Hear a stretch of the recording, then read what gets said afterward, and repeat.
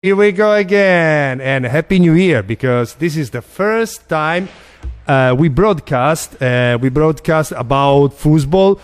With me, Riccardo. Obviously, when we talk about football, I told you already many times that we are the live of our club, which is called Buggy Club, and we have also other pages. But when you see me, guys, it's always because we talk about football, whether it's Italian or even abroad. Which honestly, I'm start to get really involved and really passionate about that, to know the point of view of all our players and even people who work behind the scene of this beautiful sport. Like we have also today a guest which is both a player and also an organizer, and also he works a lot behind the scene. So without any further ado, as I said, please welcome our guest for the New Year 2020 here at Buggy Live, Michael Stahl. Here we go. Now people can see you, Michael Stahl. Hey. Okay. The first question is pretty easy. How are you? How do you feel? I mean, you are with us. If you're happy, or tell your impression. So I feel great. I'm really honored and blessed to be here. So thank you so much for this opportunity. I feel great. Perfect. So let's start. Let's how you say, dig into this beautiful topic, which is the football. Knowing that you are a big part of the sport, also a professional player, my first question that I usually ask to all the people that they're kind to come here and be interviewed or have a friendly chat: how did you start, and what made you love this sport, and anything you want to say about this, the history of football for you? So my dad was a professional player in the early 90s, actually.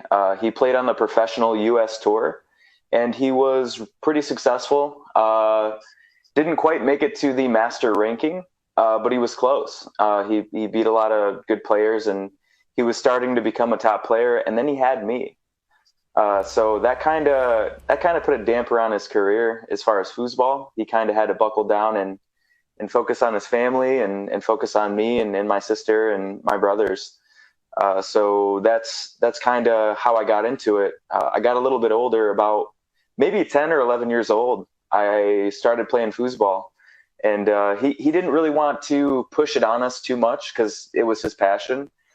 He was really cool about it. He just kind of slowly introduced us into it, and for obvious reasons, I fell in love with it, and it's been a huge part of my life ever since.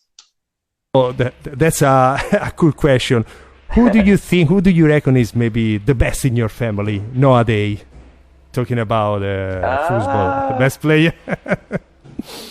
I'm probably the best player in my family, but my dad does have a world championship title, but he won that with me. So my sister's also a national champion, and she beat me for that title.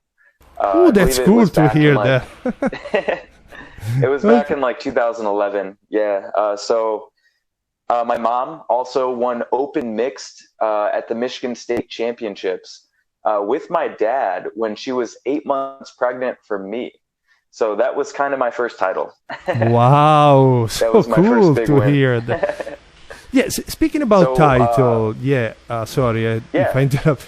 How many? Okay. Yes, since you became a professional, how many titles did you earn? And I don't know if you want to make just a quick list to let us know. To inform us. So not that anyone's counting, but I've got 8 world championship titles. Most of those are in junior, expert, and the pro events. So I haven't broken through yet and won an open title, but that's always been a really big goal and dream of mine. And I'm always going to work towards that. That's the ultimate goal, to be one of the best players in the world. I've got a national championship title, US Open, various state championships, just to name a few. Well, I mean, you're very humble when you talk about it. I mean, you earned lots of trophies and very important. You talk about, even though it's junior, it's World Cup. I mean, is ITSF recognized as well, these kind of trophies? Yep. So I did go to the World Cup, and I took third in the World Cup in junior. I took first a couple junior world championship titles on Tornado. So although I do have world championship titles in junior, it's only on Tornado. So I never actually took the gold at the World Cup. That's also a big goal of mine, is to be on the men's team someday and accomplish that goal. I mean, you look young. You're still young. There is plenty of time for you to let yourself apply to different tables. Why not even our table Italian? And okay, before digging into another topic that I really like, that is you working behind also the scene and doing a lot for this sport. Just I would like to ask you your opinion regarding our let's say different style of football, even comparing ours or maybe even Spanish, the two legs, and what is your opinion outside the traditional ITSF style? Yeah, Ricardo, that's a great question. Oh, thank you. When I think of multi-table, I think of all different types of styles and cultures and countries. My favorite has to be probably Leonhardt, the German table, but I do like the Italian style of play. I'm actually a very fast-paced player. I don't like to hold on to the ball too long. I like to scream and holler and have fun, and I like that intensity a lot. You would enjoy our style, yes. yeah, I love it. I love slingshots, and I love getting rid of the ball quickly, and I think it's a really fun style of play. Yeah, you guys have an awesome style of play. Yeah, maybe it doesn't pay when you have to, let's say you have to save the ball, because when you have to face a pull shot or even a snake shot, which is deadly, we're not still yet prepared for that. That's unfortunately is true. That's more of a strategy mindset type of play. And a lot of people, there's really talented players that like to take their time, and maybe they're not as talented as some people who like to go fast. And sometimes it's a battle of wits. And the player that's smarter and makes the best choices generally wins the match. Yeah, so I've had trouble with that. Never stuck to one style, get stuck to one style, but try many style, and sometimes bring up what is best for you. And yes. So yes, absolutely. Okay. Now, while I was listening to you, crosses my mind a nice question. I think I want to ask you is how do you let's say, because I never asked this to anyone, or maybe just the first one, the first time to tell me, I think. But how do you guys, and especially how do you train to improve, to become, and how did you train to become professional and beat many people? And reach what you reached? Yeah, that's another really good question, Ricardo. So I would say, and I think a lot of players would answer this the same way. People ask me, how did you get good? How did you turn pro? How did you beat a top player? And the question is repetition, muscle memory. You got to play all the time. And what I did is I started playing, like I said, 10, 11 years old. And for about 5 to 8 years, it's just constant playing. Like I probably played like 5 to 8 hours a day for the first 4 years of my foosball career. And that was really the foundation in which I kind of started learning to play the game. And so after a while, when you start to get those physical attributes and skills and you start to pick up on these things, the mental game is almost 100% the reason why you'll win or lose. Of course, mentally focus always, and remember that anytime you lose, it's also a kind of victory, because it makes you a little bit stronger. Never give up easily. Yeah, that's the key. Absolutely. Yeah. So, I mean, just playing all the time, kicking the rock around, having fun with it as much as you can, and getting in all those hours. That's so important to players when they first start. And that's what you're doing. You never give up. You do your best. You keep going your way.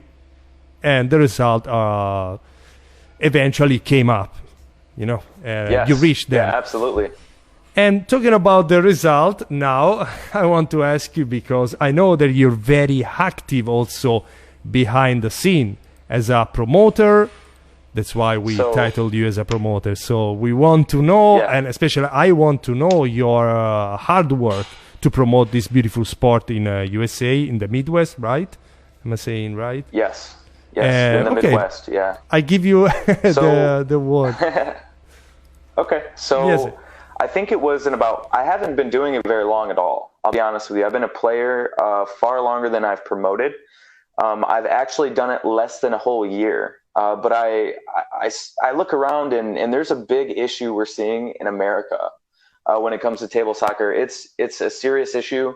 There's not enough players learning to play the game at a young age. It's not in the right places. And so I think it's really up to the players, the people who really are passionate about the sport, they want to see it live on, that we get people involved in it. I think there needs to be more promoters. There needs to be more people pushing the game and letting people know how beautiful the sport really is. And it's done amazing things for my life.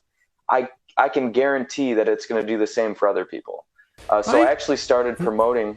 Yeah, no, sorry. Sorry to interrupt, but hearing this, I just stood still because I thought America always liked to promote and is the one that is more active than any other, especially in this field, and has lots of players. Many of them, like you, are on the top, maybe 10 or 20, let's say. So I thought there were lots of players instead of what you tell me. Yeah, I'm not a top 20 player, but I will be. Okay. I've won pro championships. There's a lot of fantastic players that you're absolutely right. But still, it's still not enough. We need to grow the sport in the right places. Foosball Clubs USA, John O'Brien, Jim Stevens, Mary Moore, people like these, they're trying to grow the sport at the bottom level with the kids, and that's extremely important.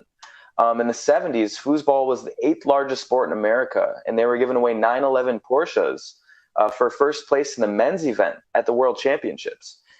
And it's something that I preach to people all the time. We can make it back to that point. We just have to work and make more efforts. And right now, there's a lot of great efforts going on, but we need to do a little better. I think more players need to be promoters. And I think that this sport can someday make it to that point again where people are going to make a living playing foosball. I mean, you look at anything right now. League of Legends, they said, had a bigger spectator crowd than the Super Bowl. And folks playing video games, they make really good money. There's no reason why foosball, this awesome sport, and that a lot of people like, and a lot of people love, they just don't know it yet. And to be honest, to that point again. I mean, I love video games. I was brought up, in the 80s. But if I have to compare foosball and video games, I can say very, very easily that foosball is a sport, so it needs to be promoted for that, because it's also good for mentally, focus, to be being focused, for how you say, reaction. I mean, for the whole body also. It's a very good it's kind of physical. exercise. It's physical, yeah. Yeah, it's different than video games. I mean, we're out here sweating. It's physical exertion. It's a sport. A lot of people don't realize it, but foosball is absolutely a sport. It's not a bar game, and we need to represent it like it is. And I think the way that everything's been going is fantastic, and now is the best time, better than any other time in the last 10, 15 years. There's a movement going on right now in the world of table soccer, and people are starting to adapt and change. I mean, look at Jason Wicks. He's got his foosball network. It's basically like ESPN for foosball. He's doing amazing things. We need more people with these talents to get into foosball so that we can better represent it. And now is the best time to do it. And I think we're going to see some big changes. Yeah, I think it's going to go in a direction that a lot of people want it to, and that's why I jumped into it in May. I think it was at the Hall of Fame Classic. I was actually asked by Jerry Todd, who's a member of the USTSO, as well as Jim Stevens. They asked me, "Hey, Mike, would you like to be the Midwest director for the USTSO?" And I was thrilled. I was absolutely floored. I told him, absolutely, this is an incredible honor.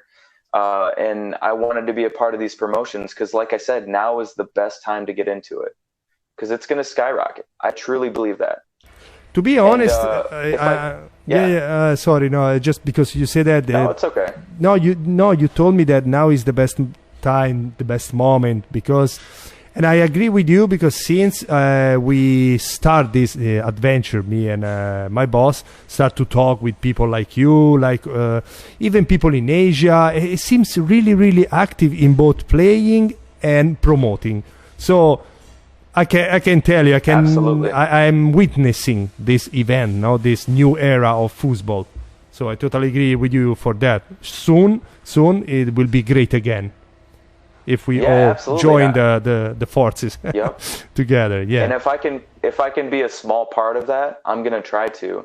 And like I said, I don't deserve all the credit in the world. A lot of these promoters like Raymond Cavorta, Lindsay Albert, Phil Smith. I got a list right here. I could name a couple more. I mean, these guys are doing incredible things. Mark Vanetti, Steve Biney. I mean, they're promoting all across America right now, and they're doing a great job. Matt McCory, Promoter of the Year, Skip Young. I mean, you guys are doing a great job. You guys deserve the credit. I just want to jump into it and take my skills and talents and see what I can do with it and hopefully represent it well. That's my goal. I think you're doing a lot of good stuff anyway. As far as I'm understanding and knowing you better, you will be soon if you're not already a big part of this sport. For sure. And one more thing that I wanted to add really quick onto the topic of promoting is that it's so incredibly difficult to actually promote the game and play it. It's almost two different entities. So if you're promoting a local event and you're also playing in it, I tip my hat to you. If you're traveling and playing at big tournaments and also organizing, I tip my hat to you because it's incredibly difficult to do both. And that's kind of my goal, is to be able to do both and be a good promoter and also be a top player someday. Okay, so let's talk about the future, both you being a player and a promoter. How do you see this world of football? How is going? Where is it going for you? What do you think about that? Okay, another good question. So I mean, also about you. Where do you think you will be in 5 years, let's say? In 5 years, I want to be a top 10 player. I want to be one of the biggest competitors in the world of table soccer in the United States of America and abroad. I want to go to the World Cup and get a gold medal. I want to do all those things that you dream of when you're 10 years old and you're just getting into the sport and you see how beautiful it is. I want to play with the likes of Todd Lafredo and maybe Ryan Moore someday, or maybe compete with Tony for an open singles world title. Only one can dream to get to that point. And that's really the goal. I want to see myself there. But also, more importantly, I want to see the game reach to a new level that it never has before. I think we can do better than they did in the 70s. I think that there's so much potential and so much beauty in this game that it's going to click somewhere. Somewhere it's just going to happen. We're going to fall into the right circumstances with the right people, and the right people promoting is one of the biggest parts. And, I tip my hat to the USTSO, and, they're doing a great job. I'm so happy to be a part of it. Our mission is to grow the sport of table soccer, work with Foosball Clubs USA, and also to send players to the World Cup. And travel and play in those tournaments and grow the sport. So that's in the next 5 years, that's where I see myself. What can I say? Clear ideas, clear face. I mean, very smart guy. You can't lose. I really appreciate that. Yeah, I'm sure, because I was amazed about what you say. I mean, without any how you say, without avoided any. You just went straight to what you want, and for sure you will achieve that. And I certainly think so too, and I know it's a big mountain to climb, but that's why we climb mountains, to achieve our goals and to be where we need to be. And I think a lot of young kids, they can benefit so greatly from this game, and do exactly what it's done for me. I mean, I'm incredibly blessed. I wouldn't be here. I wouldn't have the life I have now if it weren't for this silly sport that we play, you know? So I couldn't tell you how many awesome people I've met and how many great relationships and really awesome experiences I've had, just because of this game. So young and so wise already, eh? I really like what you say now, and yeah, but it's a sport, okay? It's not. It is a sport, yeah. Yeah, it's a great sport. To some people, right? Yeah, I know. Yeah, I say that because a lot of people, they think when you tell them, "Hey, I'm a professional foosball player," they're like, "What? That's crazy. That's silly," you know. So I just. Some people look at it that way, but like guys like you and I, we see it differently, and I'll cheers to that. Okay, cheers. Okay, yeah, I'll let you drink the tea. I remember the green tea, which is very good. The green tea, yep. Yeah, I love it. I love it. After when we finish this live, maybe I will have a cup too. Sorry. Excellent. Today I'm just a little bit tired. My English can some faults. I apologize for that. I have to give it to you. You're doing a fantastic job. You and Stefano, you guys are doing an amazing job. You're putting foosball on a platform, a very professional platform, and you're representing the sport on a global level, at an extremely high level. And I think that's really great, and it should be celebrated and appreciated. We do this as you do your effort just for the sake of the sport, because obviously it's the passion that is moving us as well as is moving you and all the other people. We had the honor, like we have now the honor with you, to talk before. And okay, Absolutely. say that I thank you so much, Michael. But before we leave, I would like to ask you maybe if you want to tell us something more, or because I can see behind you a beautiful tornado table. If you want to show us, if you have the time, yeah, you can see it. Yeah, it's brand new. Yeah, I'd love to do that. And I guess I will say one more thing before we go into that. Sure. I am organizing a Michigan State Championships for all you U.S. players watching this live interview. We're shooting for October 2nd through the 4th, 2020. We're working on that right now. More details coming soon to you guys, okay? So thank you so much. And I suppose we will get into... Yeah, now I'll switch the camera. So, yeah, do you want to show us? Okay, yeah. So in the meanwhile, you set for the... I would like to see actually the snake shot if we have the chance, because I really love that, yeah. It's so difficult for us Italian, no? Because of our style, to save that, to cope with that. It's a very difficult one. So you can tell us how to make it, huh? Some trick. Yeah, absolutely. Yeah. So yeah, we'll work on the snake shot, and I'll show you guys that. Okay, that perfect. Good. Yeah.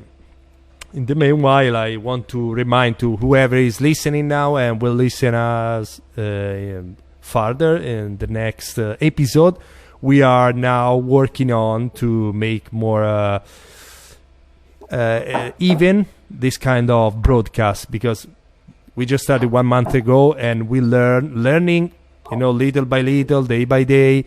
So what we want now, we aiming to is to make a fixed, maybe weekly broadcast, so people can come anytime they know when we program, we schedule the program, and they will find us, even though we're not maybe interviewing every day, but we will be talking and promoting foosball everywhere in the world. Okay, so our friend Michael is ready to show us. Here we go. It's all for you, the scene. Okay, all right, so I'm going to show you guys the snake shot. So basically, basically what you do is you put your wrist on the handle. I'm sure you know that. And part of the shot is that you end in what's called a monkey grip, so that you have a nice kind of coming out of it. So we're gonna do I guess we'll do a push side. Whoa! I didn't even see the ball so fast. So Because what I'm doing is what is that? like that. Did you start with the center and you shoot with the side one? Yes. So what you do is a lot of people, like, there's a lot of top players like Tony and Tommy. They like to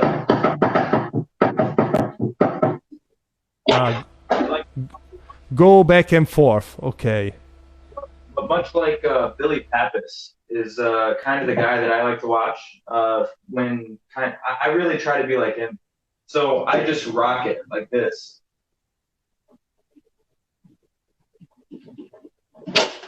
And then go to your side. Awesome. Yeah. And I can see very, very clear now, but it's still too difficult to save.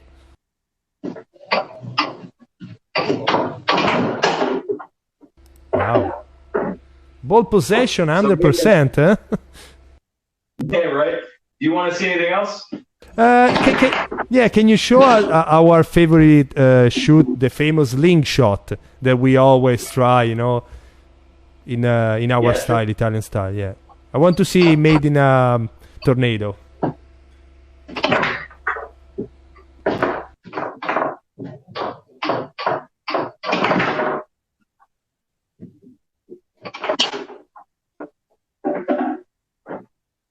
So that was a far wall slingshot.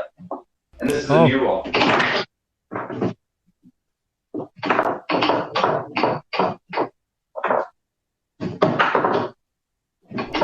Amazing.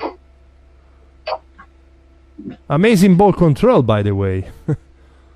Thanks. Yeah. Wow! I think I played once when I was in Thailand, this tornado, but I could not do as you do.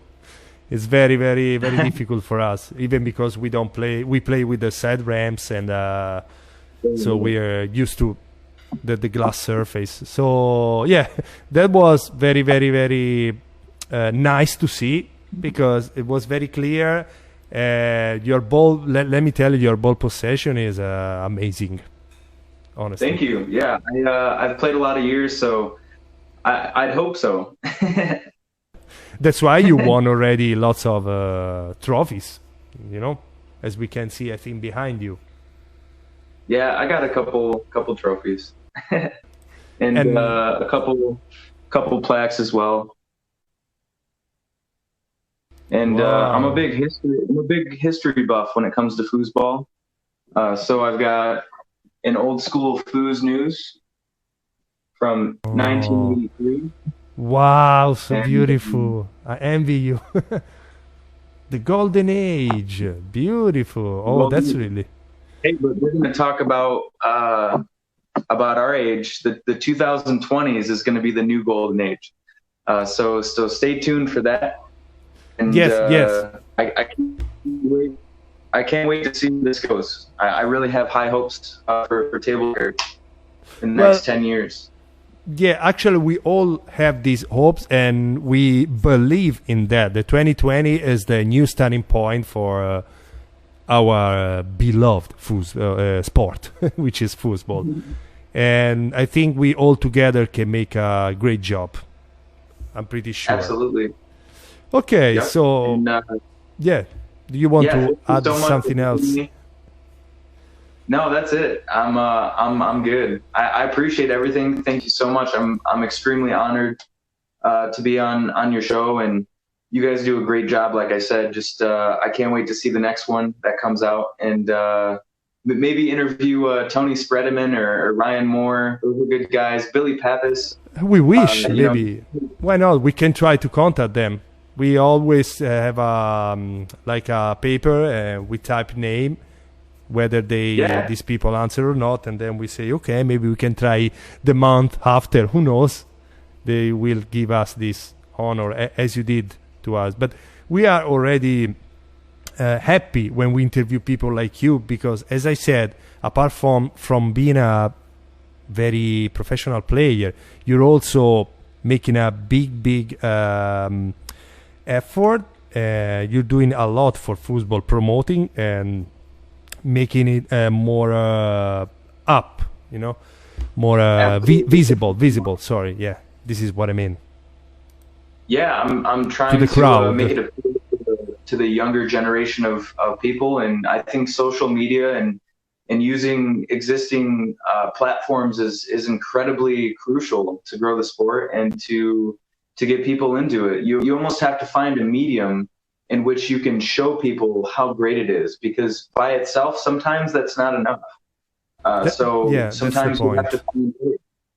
Yeah. That's the big not deaf, or maybe I could say that compared to other sport, it's not easy to be watched. You know what I mean? You would need more cameras, more people into this sport, more TVs. Actually, there's not even a TV dedicated. It's all about internet.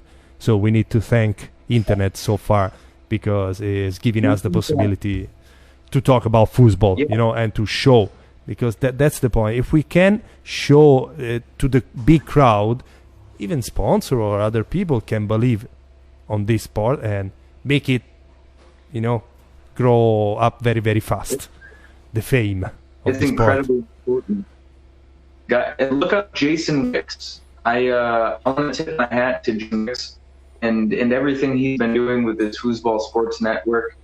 He's really doing the job of really introducing the sport on the platforms that we're talking about, which is incredibly difficult and incredibly important. So I tip my hat to him. Yeah, at some point I think maybe I will have the chance to talk with him as well. Hopefully. Yeah, I'll definitely have to link you guys up. He's a good friend of mine. I also want to take a sec to thank all of the state directors in the Midwest. You guys are doing such a great job promoting the game. These are the folks that I set into place to be state directors under the USTSO. So as the Midwest representative, I am to pretty much have people be state directors. So I'm to appoint them to state director. And, that's good. I want to say great job, and we've got really big things for 2020 that the USTSO is planning, and I can't wait to get to work. What can I say? I thank you so much for even for what you just said now, and I'm sure we will cross again each other, and we'll have a nice chat again. So we keep us up to date about your your improvement in promoting the sport. Yes, sir, I will. Absolutely. Thank you so much for the opportunity to get my name out there and to let people know what my vision is. It's extremely important to me, as you know. So thank you for that. This is what we want to know. We want to let all the people that are watching us that who are football players, why they are professional, why sometimes they can also make a life, a living out of playing football. This truth that not many people talk about. Absolutely, and that's like we talked about. That's where we're heading, and we're going to get there. Yes. So yeah, absolutely. So thank you so much. Cheers. I will have after when I finish. Okay, so now I thank you so much, Michael. I'm back in the studio, and for sure we will have another beautiful, pleasant chat as we had tonight. Okay? Thank you so much, Ricardo. For now, I say you bye and keep in touch and keep up your good skill in everything. Let's improve and yes, we'll make great this sport again for sure. Yeah, all you can do is try, man. Thank you so much for having me. Okay, bye for now. Bye, Michael. Bye. Okay, that was so amazing, so nice. I thought it would have been a nice, but this guy is young and really wise, and I hope and I wish all the best for the future, and as well as for the future of this beautiful sport. Okay, said that, this is Buggy Live. We are towards the end. I'm Riccardo, and this actually is Buggy Foosball. When you see me, we talk about foosball. So this is Buggy Foosball. We interview people, we keep update, we inform about football everywhere, whether tourneys or leagues, anything. You can interact soon with us, because in less than 1 month, I guess, we will be broadcasting possibly in another platform, and weekly, at least 2 or 3 times per week. So the schedule, with a proper program schedule, and I'll let you know with the next interview and little by little. So for now, from Riccardo and Stefano, the CEO of Buggy Club, where we broadcast Buggy Live, that's it. See you next time. Thank you. Thanks to Michael, really nice and great guy, and thank to all who are watching us. Bye for now.